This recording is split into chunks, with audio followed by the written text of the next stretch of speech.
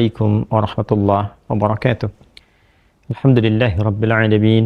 Wassalatu wassalamu ala rasulillahil karim wa ala alihi wa sahbihi ajma'in wa ba'd. Saudara-saudariku dimanapun Anda berada, semoga Allah subhanahu wa ta'ala memuliakan, menyehatkan, melindungi kita sampai dengan detik ini kita dapat bersua. Dan lebih dari itu, semoga Allah subhanahu wa ta'ala senantiasa memberikan taufik, panduan untuk menjalani kehidupan di dunia ini agar mendapatkan rahmat Allah subhanahu wa ta'ala yang bisa kita bawa pulang menghadap Allah pada hari kiamat kelak, insyaallah. Teman-teman, malam ini di tanggal 26 Oktober 2023 Masehi, edisi spesial yang biasanya kita membahas Aqsa dengan cukup panjang. Kali ini kita ingin berbagi pesan yang sangat singkat. Yang dalam singkat ini kita ingin mengingatkan baik kepada diri saya pribadi dan kepada kita semua tentang satu bagian dari ayat Al-Quran yang kiranya penting kita renungi, yaitu Quran surah ke-81 At-Takwir di ayat ke-26. Saat Allah subhanahu wa ta'ala berfirman, "Fa'aina tadhhabun?" Maka engkau itu sesungguhnya mau kemana? Ayat yang singkat tapi begitu padat dan sangat mendalam, memberikan satu kesan yang cukup menusuk ke dalam jiwa setiap manusia. Pertanyaan yang datang langsung dari pencipta kita, sesungguhnya engkau mau kemana? Allah sudah menjelaskan mengapa kita diciptakan. Allah sudah memberikan jalan kehidupan bagi kita dan menerangkan konsekuensi di balik pilihan-pilihan yang kita tetapkan untuk menempuh jalan-jalan yang dimaksudkan. Bila benar, resikonya seperti ini. Bila salah, konsekuensinya demikian. Maka, di antara sekian manusia yang telah mengetahui semua konsekuensi itu, terkadang masih mengedepankan bujukan-bujukan atau bahkan pengaruh-pengaruh nafsunya agar bergeser dari nilai-nilai kebaikan, bahkan nilai kemanusiaan yang telah Allah tetapkan. Ketika Allah menyampaikan, tidaklah aku ciptakan jin dan manusia itu kecuali untuk menaati aku, untuk beribadah kepada aku. Jadi sifat menjalani kehidupan di muka bumi ini adalah dilandaskan pada kepatuhan kita kepada Allah subhanahu wa ta'ala. Kepatuhan itulah yang disebut dengan ibadah. Patuh, tunduk, patuh, bahasa Arabnya itu disebut dengan Islam. Jadi Islam dalam pengertian etimologi secara bahasa artinya tunduk, patuh, taat. Orangnya disebut dengan Muslim. Jadi setiap manusia itu konsekuensinya memang mesti patuh, tunduk, dan taat kepada Sang Pencipta, yaitu Allah subhanahu wa ta'ala. Karena itu ketika Allah menyampaikan di dalam firman-Nya, "Wa ma khalaqtul jinna wal insa illa liya'budun." Tidaklah aku ciptakan jin dan manusia itu kecuali untuk menjadikan seluruh aktivitasnya agar menaati Allah subhanahu wa ta'ala, dijadikan sebagai ibadah. Jadi kita dari bangun tidur sampai tidur itu sejatinya adalah memetakan kurikulum untuk menaati Allah dalam bingkai ibadah. Dilatih dalam bentuk ritual. Ritual itu untuk mengaktifkan titik spiritual kita, titik roh kita. Segala yang terkait dengan roh disebut rohani. Jadi dalam diri kita ini ada spiritnya, ada rohnya.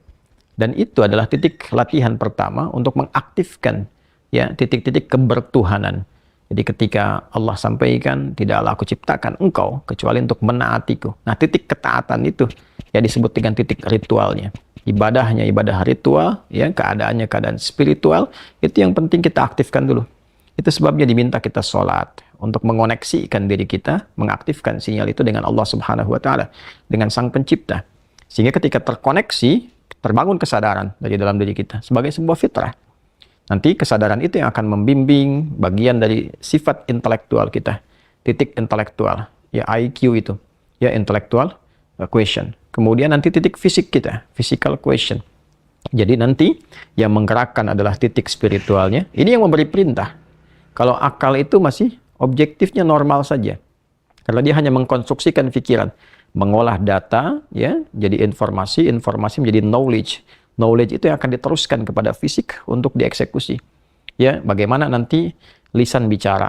Seperti apa konstruksi bicaranya? Mengatur katanya bagaimana? Memilihnya seperti apa? Menjelaskannya bagaimana? Tapi perintah untuk melakukan itu sumbernya dari sini. Ya, dari titik terdalamnya. Di dalam itu cuma ada dua. Ada jiwa takwa, ada jiwa fujur. Fa'alhamaha fujuraha wa taqwaha. Maka di dalam diri manusia itu, di titik paling dalamnya itu, ada nilai kebaikan, disebut dengan takwa, karakter moral kebaikan. Ada yang buruk disebut dengan fujur. Nama lainnya disebut dengan nafsu. Karena dari fujur keluar su, melewati nafas. Nafas ketemu su, jadi nafsu. Quran surah ke-12 ayat 53. Wa ma ubarni'un nafsi innan nafsa la'ammaratum bisu illa ma rahima rabbi. Maka semua tindakan kita, menatap, mendengar, berbicara, bertutur, sampai dengan berjalan, ujung kepala sampai ujung kaki, yang kita jadikan sebagai bagian dari perangkat beraktivitas itu, semua tatanannya, perintahnya kalau tidak dari takwa adalah dari fujur. Kalau bukan dari sifat baik, sifat buruk yang bersumber dari nafsunya. Maka semua kegiatan yang kita desain dalam setiap hari itu, kita tata. Dan Allah tanya, baik, engkau untuk apa bekerja? Ya Allah, saya ingin mencari rezeki. Baik, bagus. Untuk dapat uang. Setelah dapat uang mau kemana? Pengen kaya. Setelah kaya mau ngapain? Beli ini, beli itu. Setelah itu mau ngapain? Ditanya terus sampai ujungnya. Fa'aina tadhhabun? Sampai ke titik puncaknya. Kalau kamu sudah meraih apa yang kamu inginkan itu, harta sudah banyak, terkumpul, sudah mewah, rumah sudah megah, mobil melimpah, hidup juga kaya begitu rupa, terus mau ngapain? Ya. Maka orang-orang yang bingung pada akhirnya, dia mencari-cari ketenangan. Akhirnya balik lagi. Sudah kaya segala rupa, cuma cari ketenangan, akhirnya balik lagi ke desa, nyewa gubuk, nanam kangkung, nanam cabai. Terus kalau memang dengan seperti itu bisa bahagia, kenapa selama ini kerja keras mendapatkan sesuatu yang dikumpulkan? Balik ditanya.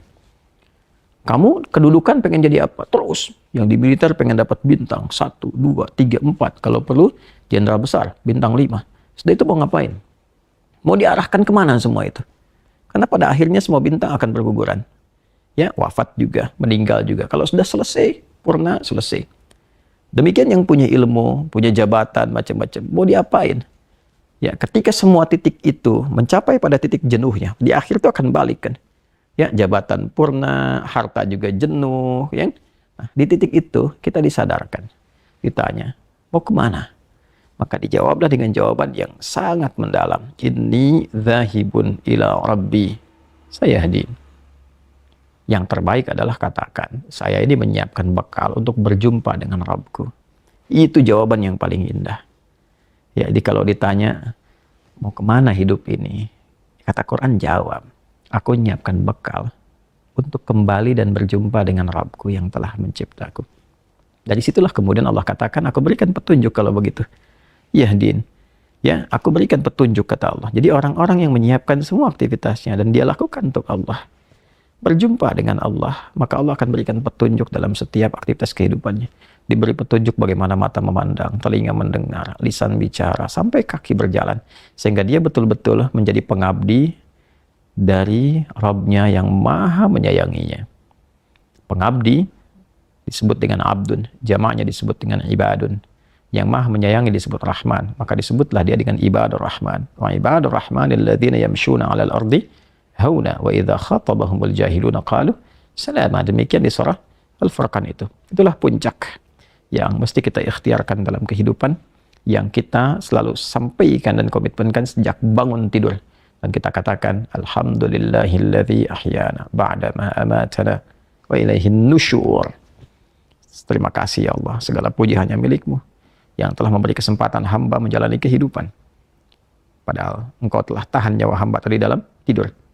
Sesuai ajal Kau berikan kesempatan. Hamba berjanji ya Allah, hamba akan menyebar beraktivitas untuk mencari bekal menghadap-Mu. Saudara-saudariku, sedalam, sejauh, sebanyak kegiatan, aktivitas jabatan yang telah kita kumpulkan, harta benda, pengetahuan, sampai detik ini, apakah betul-betul sudah kita siapkan sebagai bekal untuk bertemu dengan Allah? Atau hanya sekedar mengumpulkan semua itu tanpa arah, yang pada akhirnya bertemu dengan kejenuhan kembali? Renungkanlah malam ini, malam Jumat. Jumat saat manusia pertama diciptakan, diturunkan di surga, mengawali misi di dunia, diwafatkan, dan di titik itu kita akan berpisah dengan dunia. Saat azan berkumandang, nampak jelas seluruhnya. Semoga Allah muliakan kita. Selamat merenung. Allahu Akbar. Allahu Akbar. Subhanakallahumma bihamdika nasyhadu an la ilaha illa anta nastaghfiruka wa natubu ilaik. Alhamdulillahirabbil alamin. Assalamualaikum warahmatullahi wabarakatuh.